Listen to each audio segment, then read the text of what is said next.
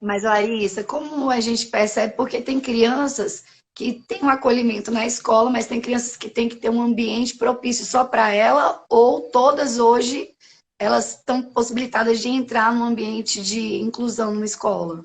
Não. A gente tem crianças, as crianças de maior nível de suporte, tá?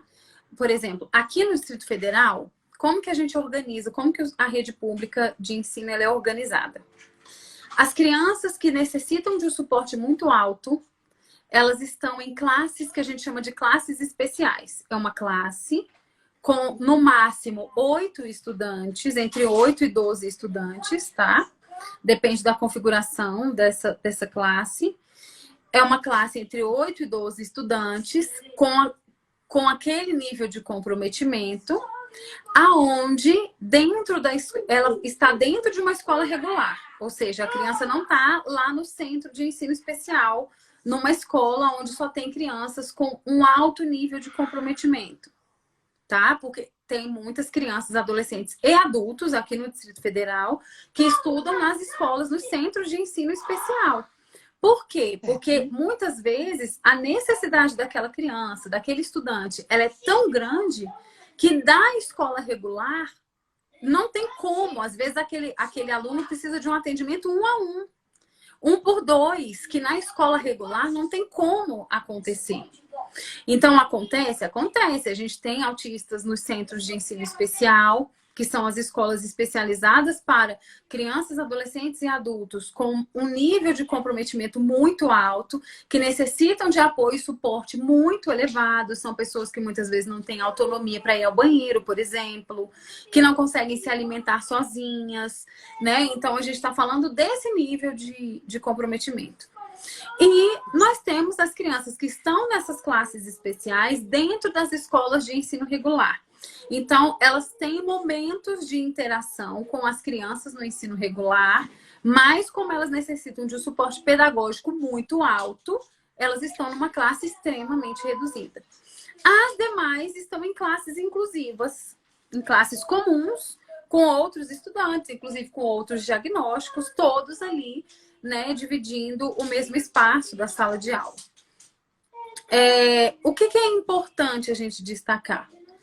O sistema de ensino, ele precisa ser organizado para receber esse estudante. Em que nível? No nível de formação continuada do professor, no nível de formação continuada dos profissionais da escola, porque o aluno, quando ele está na escola, apesar dele estar numa turma, dele ter um professor responsável por ele, ele é responsabilidade daquela escola, daquela unidade de ensino. Então, como ele é de responsabilidade daquela unidade de ensino, não importa se ele é aluno da Mariazinha, da Márcia ou da Francisca, todos os profissionais da escola estão envolvidos no processo de desenvolvimento daquela criança. A pessoa da direção, a pessoa da limpeza, a pessoa da cantina, a pessoa da secretaria, todas essas pessoas que funcionam ali dentro da escola, elas são responsáveis pela integridade daquele estudante, pelo apoio, pelo suporte dele na escola, tá? Então, a gente tem esse nível de organização. Oi, Graça. Larissa, aí no DF, então, a escola que recebe esses alunos inclusivos, ela recebe toda a equipe que está trabalhando na escola, tanto professores quanto servidores de diversos setores, recebem essa capacitação para estar recebendo esse público? Não. Como que acontece? Deveria ser assim. O ideal de educação inclusiva para qualquer lugar do planeta é esse. Mas o que acontece? Normalmente o professor se capacita, o orientador educacional se capacita, o coordenador pedagógico se capacita, mas aqui no DF a gente tem uma organização dos serviços de apoio à aprendizagem que atendem essas crianças. Então você tem uma sala de recursos que funciona bem, você tem uma equipe especializada com um pedagogo e um psicólogo escolar que tende a funcionar bem também. Você tem um serviço de orientação educacional que funciona bem. Você tem os coordenadores pedagógicos que também funcionam muito bem nesse processo. Então, veja, você é uma organização grande, de grande porte. Sim. né? É como a gente costuma falar o seguinte. Eu acho que em todas as cidades, estados e municípios do Brasil. Quando se tem um corte de verba, aonde que vai cortar? Lá na educação inclusiva. Por quê que isso acontece? Porque a educação inclusiva é cara. Se eu tenho um professor trabalhando com 2 estudantes, esse mesmo professor poderia estar dando uma aula para 30. Eu preciso de um espaço físico para atender esses 2 estudantes, que poderia estar sendo atendido, que poderia estar atendendo ao invés de 2, 20. Sim. Então, você está falando de custo físico, e não é só isso. Quando você tem os profissionais de apoio à aprendizagem, normalmente são professores. Professores da carreira magistério, que dentro da organização interna da Secretaria de Educação, fazem uma formação, passam por uma prova de aptidão, uma prova interna, né, de seleção, e vão integrar esses serviços. Então, vamos lá. Eu tenho um professor da sala de recursos. Esse professor da sala de recursos, ele não vai entrar na sala de aula regular para dar aula. O trabalho dele é exclusivamente atender os estudantes que têm esse diagnóstico.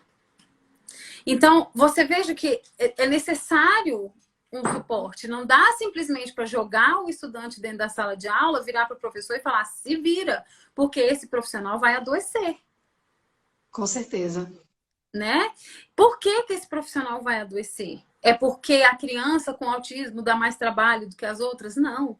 É porque é uma criança que tem que ter os seus direitos garantidos e aquele profissional sabe que essa criança tem direitos a serem garantidos e ele tem um peso de uma responsabilidade de garantir esses direitos dessa criança sem apoio de ninguém.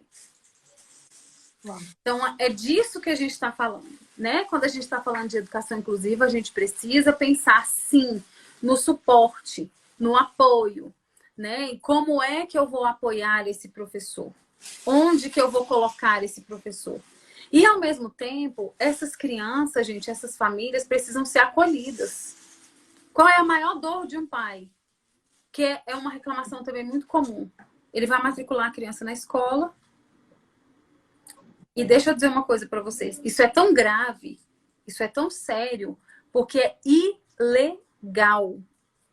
Nenhuma escola, nem da rede pública, nem da rede privada, pode negar vaga e atendimento a uma criança, seja lá quem ela for, seja lá qual seja o diagnóstico dela. Isso é ilegal.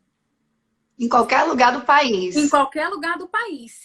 Se a família denuncia no Ministério Público, a escola, seja privada, seja pública, seja qualquer uma, a escola vai responder legalmente por aquilo ali.